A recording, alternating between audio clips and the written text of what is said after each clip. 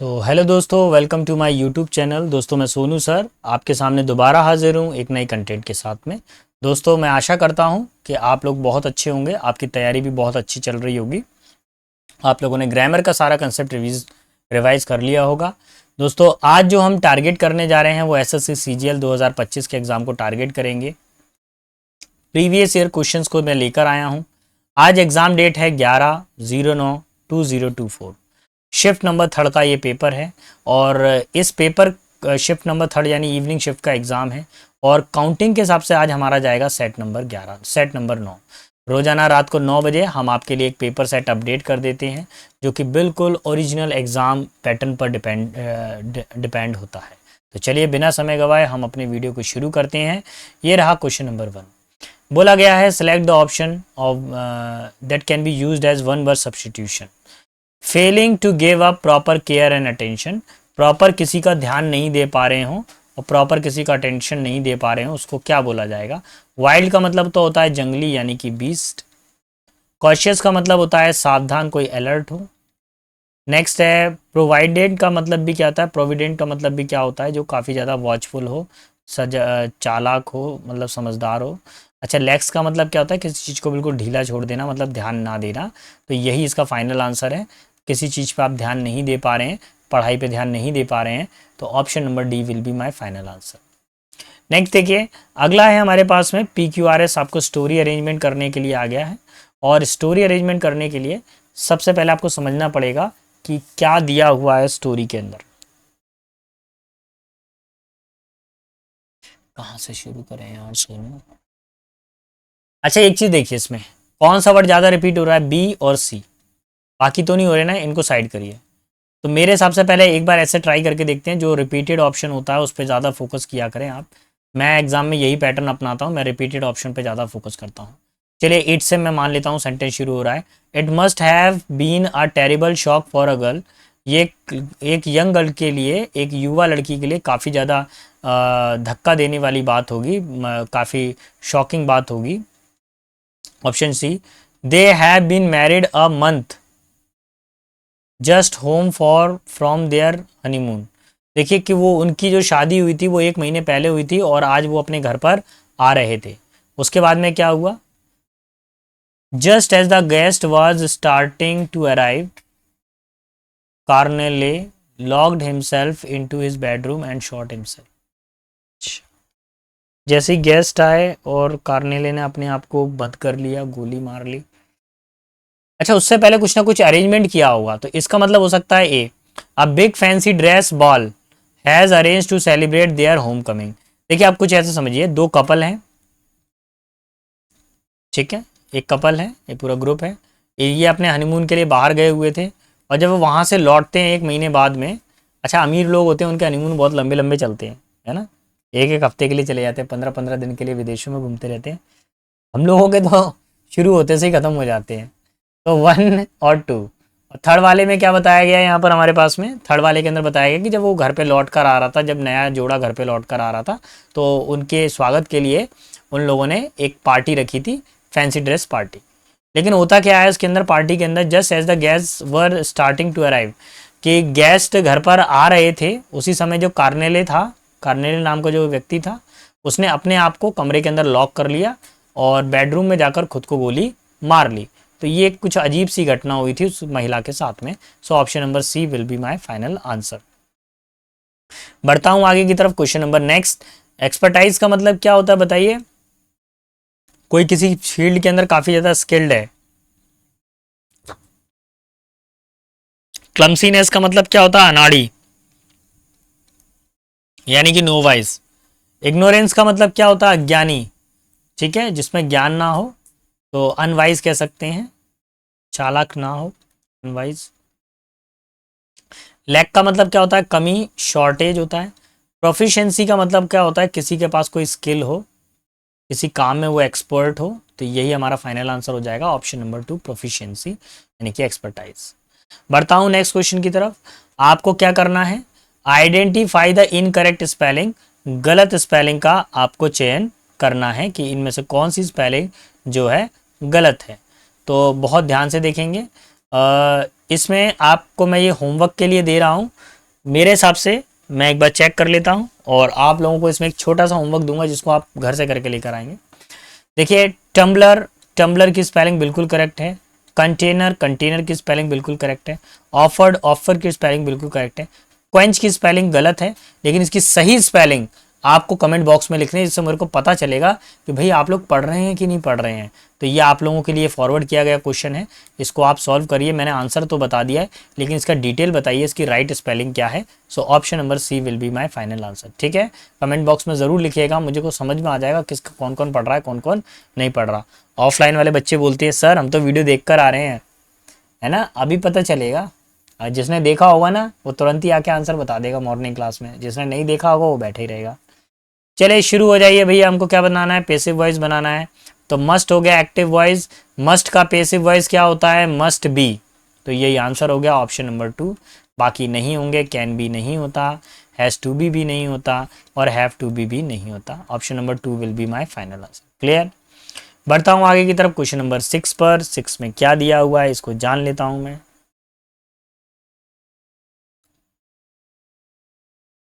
अच्छा, PQRS story है और ये मैंने बना लिया है, दिमाग के अंदर बन गया मेरा। देखिए सी क्या है, वर्ब की फर्स्ट फॉर्म है, तो अचानक से सेंटेंस शुरू नहीं हो सकता, क्यू से सेंटेंस शुरू नहीं होगा। फॉर क्या है, प्रपोजिशन है, इससे सेंटेंस शुरू नहीं हो सकता। एन ओपन माइंड, ना तो पता चल रहा कि ये कि सब्जेक्ट है कि ऑब्जेक्ट है, अभी पता नहीं चल रहा। नॉलेज सब्जेक्ट है और उसके तुरंत बाद में क्या आ रही है, हेल्पिंग वर्ब। तो हमको एक बात कंफर्म हो गई कि पहला सेंटेंस हो गया आर। Knowledge is a powerful tool, knowledge क्या है, पावरफुल टूल है। किसके लिए पावरफुल टूल है, फॉर पर्सनल ग्रोथ, हमारी पर्सनल ग्रोथ के लिए एंड डेवलपमेंट के लिए। ठीक है, फिर उसके बाद में आएगा number 3, an open mind seek it with, और एक खुले दिमाग से इसको देखा जा सकता है। तो फाइनल आंसर हो जाएगा नहीं नहीं, कुछ गड़बड़ हुआ, कुछ मेरे से गड़बड़ हुआ है। आर के बाद में ओ, ये तो ठीक है भैया, यहाँ तक तो ठीक हूँ मैं। नेक्स्ट है मेरे पास में अगली जो सिचुएशन है, इसमें मैं क्या देख रहा हूँ, पहले तो मैं इरेजर का यूज़ करूँगा, ये कुछ गड़बड़ हो गया। एक बार मैं चेक कर लेता हूँ कि मेरा वीडियो सही आ रहा है कि नहीं आ रहा है। मेरे को थोड़ा सा ऐसा लग रहा है कि इसमें कुछ इशू हो गया है, मैं अभी चेक करके अभी बताता हूँ आपको। आई थिंक वीडियो क्लियर है कि नहीं है। ठीक है, वीडियो वॉइस क्लियर है। चलिए तो बढ़ता हूँ मैं आगे की तरफ, यहाँ से करने वाला हूँ। देखिए मैं आपको क्या बता रहा था कि पहला सेंटेंस तो ये हो गया, दूसरा सेंटेंस ये हो गया, फॉर पर्सनल ग्रोथ, आर के बाद में वो होना चाहिए, फिर आना चाहिए क्यू। सीक इट विद, किससे देख सकते हैं आप इसको, पर्सनल ग्रोथ को, क्या नॉलेज की जो पर्सनल नॉलेज है उसको कैसे देख सकते हैं, एन ओपन माइंड, खुले मन से देख सकते हैं। सो option number 4 will be my final answer. Clear. Question number 7 पर आते हैं। 7 क्या कह रहा है, the dash crux of his argument was that education should continue through out the life.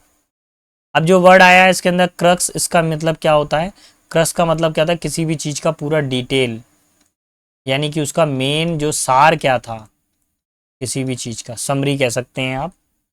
अब देखिए ड्राफ्ट, ड्राफ्ट का मतलब होता है मसौदा, है ना, ड्राफ्टिंग कमेटी सुनी थी। प्रपोजल का मतलब तो मालूम है, किसी से इजहार करना, प्रपोजल रखना सामने, प्रस्ताव रखना। और एटिक का मतलब क्या होता है, शिष्टाचार होता है, जिसमें आप किसी से प्रॉपरली अच्छे से बात करते हैं। अच्छा, एसेंस का मतलब क्या होता है, किसी भी चीज़ का सार होना, है ना, उसका जो है सारांश क्या है, उसका मीनिंग क्या है, ऐसे मीनिंग नहीं है। So option number A will be my final answer. Clear. Synonym बताना था। अच्छा नेक्स्ट है, हमको एंटोनिम बताना है सेंटेंस के अंदर। Success is not destination, it is a journey. सफलता एक अंतिम पड़ाव नहीं है, ये एक पूरी यात्रा है। सक्सेस का मतलब होता है सफल। तो शुरू हो जाइए। पहला वर्ड, फोर्थ वाला वर्ड है हमारे पास में ऑप्युलेंस। ऑप्युलेंस का मतलब होता है किसी भी चीज़ की अधिकता, यानी कि प्लेंटी। विक्ट्री का मतलब होता है जीत, यानी कि विन। और सेंसेशन का मतलब क्या होता है कि काफ़ी ज़्यादा आकर्षक हो कोई। और फेलियर का मतलब होता है असफलता। तो यही होगा। कितना इजी पूछ लिया इन लोगों ने सक्सेस का, फेलियर। इतना इजी पूछ रहे हैं ये लोग, SSC CGL टायर 1 वाले, है ना। इंग्लिश बहुत इजी आ गया मेरे हिसाब से, तो बहुत आसान से आए हैं इसके अंदर। अच्छा, जो वर्ड अंडरलाइन किया गया है उसकी जगह पर दूसरा वर्ड रखना है। क्या बोला गया है, she believe that she had been blamed for the mistake of other for what had happen. उसको ऐसा लगता है कि दूसरों की गलती की भरपाई वो कर रही है। यानी ब्लेम फॉर मिस्टेक आप ऐसा कर सकते हैं, बलि का बकरा बनना। तो बलि का बकरा बनने के लिए क्या आ जाएगा, option number 4, made a scapegoat, यानी किसी की करनी दूसरे की भरनी हो जाए, बलि का बकरा, है ना, किसी की करनी और किसी की भरनी। तो यही फाइनल आंसर होगा। मेड अ स्पिंस्टर ये नहीं होगा, सैवेज नहीं होगा, स्कैप्टिक नहीं होगा। मेक अ स्केप गॉड का मतलब क्या होता है, दूसरे की गलती किसी और के सिर पर आ जाना। 100 पर आ जाते हैं, eloquent speech, his eloquent speech always persuaded people to work for their betterment. अच्छा, एलोक्वेंट का मतलब क्या होता है, बोलने की कला, क्या होता है, बोलने की कला, talent of speaking, sorry, talent of speaking, बोलने की कला। ठीक है, अब आपको क्या करना है, इसमें एक प्रॉपर आंसर बताना है आपको क्या हो सकता है। पहला देखिए, शॉर्ट, शॉर्ट का मतलब होता है छोटा। इनआर्टिकुलेट का मतलब हो गया जो अव्यवस्थित हो, जो बिल्कुल सही से नहीं हो। वैक का मतलब भी क्या होता है, जो बेकार हो, भद्दा हो, बेकार हो, कोर्स हो, रफ हो। आर्टिकुलेट का मतलब क्या होता है, बोलने की कला होती है, जो बिल्कुल क्लियर हो, स्पष्ट हो, जो बोल रहा हो प्रॉपरली। तो option number 1 will be my final answer. 11 पर आ जाता हूँ। 11 में क्या दिया हुआ, out of those group members Rohan is the one who opposes others no matter what they tell him. One who opposes others, जो दूसरों के अपोज करता हो, दूसरों के खिलाफ रहता हो, उसको क्या बोलेंगे बताइए, जो दूसरों के खिलाफ रहता हो। एनाटॉमी का मतलब क्या होता है, शरीर संरचना, शरीर संरचना। ठीक है।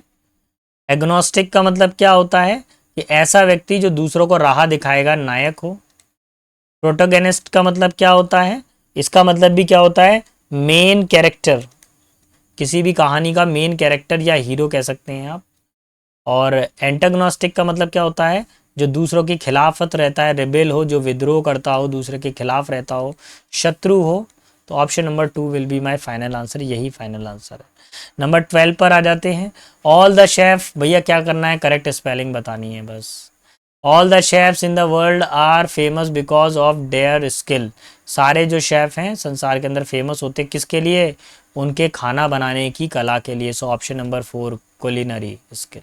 ठीक है। 13 पर आ जाते हैं। 13 में क्या बताना है, ऑप्शन में आपको कंटेन्स एन एरर, एक एरर ढूंढ के देनी है।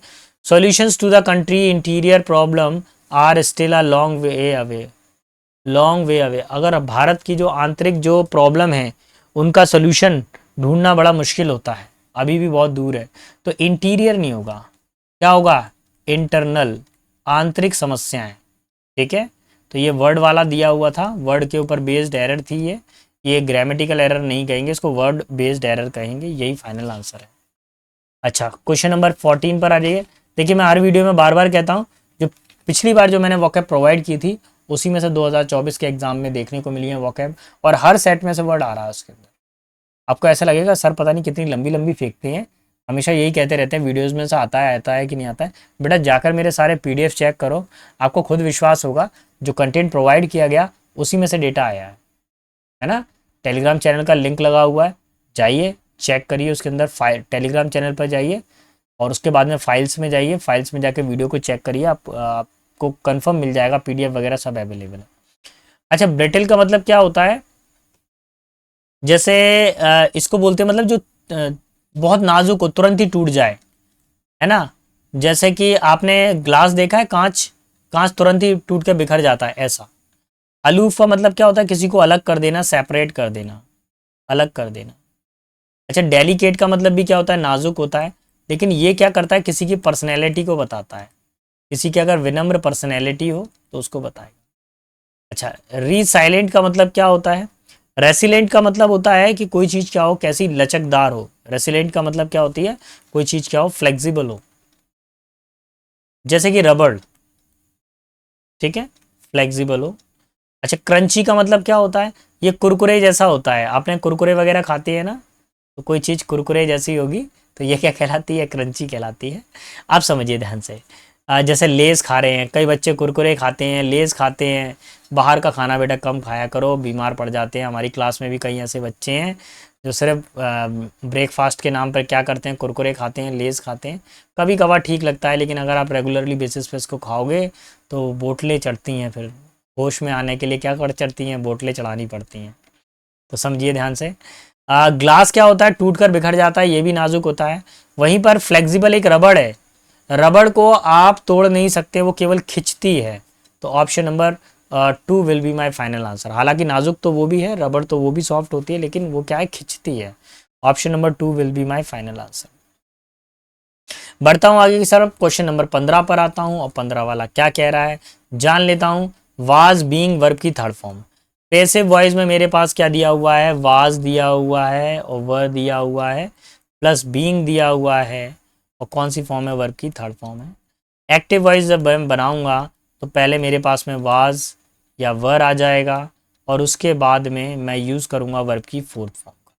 पैसिव वॉइस में स्ट्रक्चर दिया हुआ है, मैं एक्टिव वॉइस में बनाने वाला हूँ। यहाँ विल आ रहा है, गलत है। इस टाइपिंग आ रहा है, गलत है। यहाँ पर, यहाँ तो कुछ पता ही नहीं चल रहा है। यहाँ टाइप्स आ रहा है, वर्ब की फर्स्ट फॉर्म आ रही है, गलत है। थर्ड वाले में वाज टाइपिंग आ रहा है, यही सही है, क्योंकि एक्टिव वॉइस में हमको क्या चाहिए, वाज टाइपिंग चाहिए। Option number 3 will be my final answer. चलिए क्वेश्चन नंबर 16 पर आ जाता हूँ। 16 क्या बोल रहा है, 16 वाले में बोला गया है when I saw him I will ask him to return the book he borrowed. जब मैं उससे मिलूंगा तो मैं उसको बताऊंगा कि भैया जो किताब तुम मेरे से लेके गए थे उसको लौटा दो। देखिए, अगर सेकंड वाले पार्ट में फ्यूचर टेंस हो तो पहले वाले पार्ट में हमेशा प्रेजेंट टेंस आता है, तो यहाँ पर सा नहीं होना चाहिए, क्या होना चाहिए, सी होना चाहिए। तो यही फाइनल आंसर होगा, ऑप्शन नंबर 1। बढ़ता हूँ आगे की तरफ। क्वेश्चन नंबर 17 पर एक मुहावरा पूछा गया है आपसे, ईडियम पूछा गया है, नो बडी इज फूल। ठीक है, कोई भी मूर्ख नहीं है। तो क्या हो जाएगा, नॉट इजीली डिसीव्ड, किसी को आप आसानी से छल नहीं कर सकते हैं। ठीक है, तो यही इसका आंसर होगा, किसी से आसानी से छल नहीं कर सकते, या हर किसी को आप उल्लू नहीं बना सकते। Option number 1। नेक्स्ट है dime of dozen. Dime of dozen का मतलब क्या होता है, समझ लेंगे। ये क्या होती है, कोई साधारण वस्तु होती है। डेम ऑफ डजन का मतलब क्या होता है, कोई साधारण वस्तु होना। अ ट्रेड फेयर मतलब अ फेयर ट्रेड नहीं। A variety of amenities, amenities का मतलब होता है सुविधा। वेरी वेल्दी नहीं, ये नहीं होगा।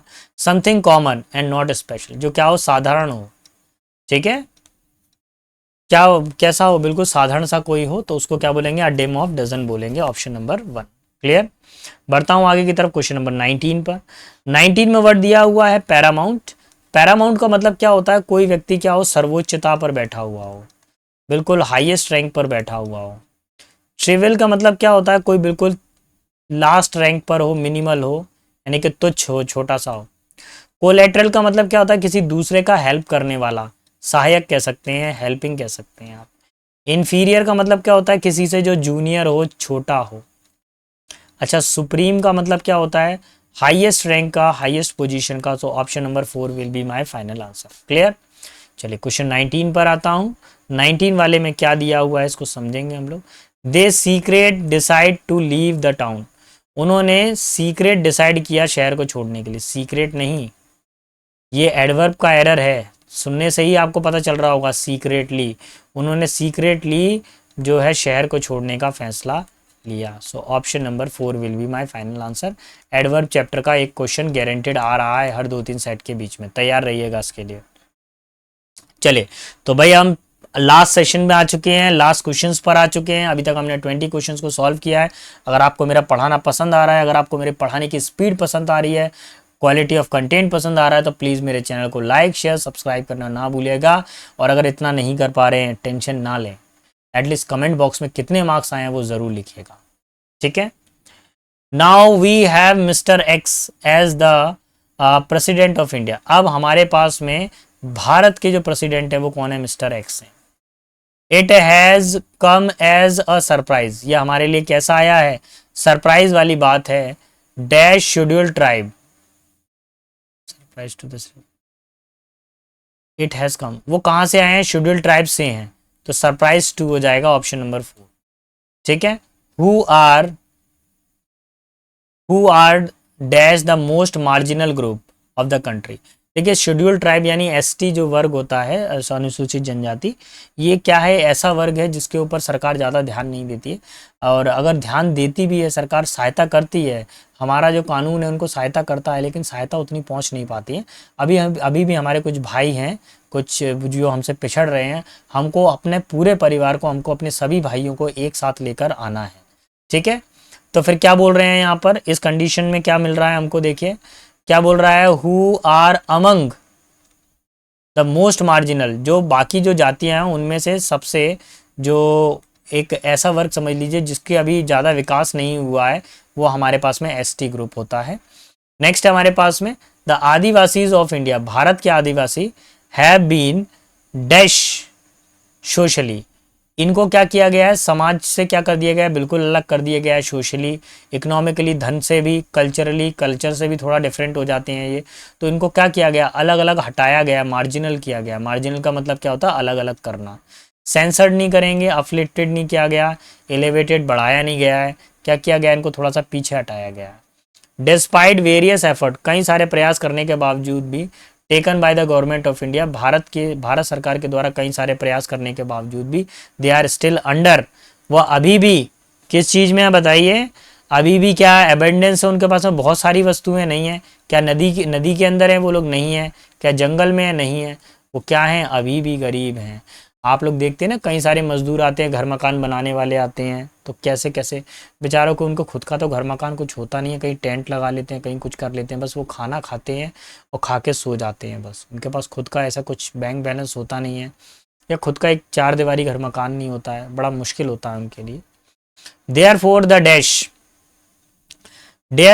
The dash a leader from the marginal community or the group does not indicate that now the entire community will be uplifted. However, this kind of the move may bring certain changes in the status of the आदिवासी। देखिए क्या होता है कि एक आदिवासी को नेता बना देना और लोगों के सामने लाकर उसको खड़ा कर देना, इसका मतलब ये नहीं है कि पूरा आदिवासी समाज के अंदर पूरा का पूरा जो है उत्थान हो गया हो। वो तो एक ही व्यक्ति का उत्थान हुआ। हाँ, वो लीडर अपने समाज की बात आके वहाँ रखेगा, अपने भाइयों की बात वहाँ आके रखेगा। जैसे मेरे परिवार में किसी को प्रॉब्लम है तो मैं, मेरे परिवार के जो मेन मुखिया होंगे, जो मेरे बड़े बुजुर्ग होंगे, वो अपनी बात को जाकर सामने रखेंगे, सरपंच के सामने, कि साहब ऐसी ऐसी दिक्कत है हमारे परिवार को, तो उसका आप इलाज करें, उसके लिए हमारी मदद करें। तो अब क्या हो रहा है बताइए, इसमें क्या हो रहा है, क्या एक्सक्लूजन, क्या हम उनको समाज से अलग कर रहे हैं, नहीं। रिजेक्शन ऑफ, क्या उनको समाज से अलग किया जा रहा है, नहीं। क्या उनको प्रेसिडेंट बना रहे हैं, नहीं। इलेवेशन, यानी क्या कर रहे हैं, उनको मुख्य धारा में ला रहे हैं और आगे की तरफ बढ़ा रहे हैं, ठीक है। किसी आदिवासी समाज के व्यक्ति का अगर बड़े पद पे पहुंचना है तो इसका मतलब ये नहीं है कि उसका पूरा समाज सुधर गया, उसमें से वो एक व्यक्ति सुधर गया, बस वो अपनी बातों को रखा है, बाकी समाज को सुधरना अभी बाकी है। तो चलिए दोस्तों, आज के सेशन में इतना ही था। अगर आपको मेरा पढ़ाना पसंद आया तो प्लीज़ चैनल को लाइक शेयर सब्सक्राइब ज़रूर करिएगा। रोज़ाना रात को 9 बजे हम इस वीडियो को आपके लिए अपलोड करते हैं, इस वीडियो को और अपलोड कर देंगे। तब तक के लिए सारे बच्चों को बेस्ट ऑफ लक, अच्छे से तैयारी करें, अपना और अपने माता पिता के नाम को रोशन करें। चलिए मिलते हैं नेक्स्ट वीडियो में 9 बजे।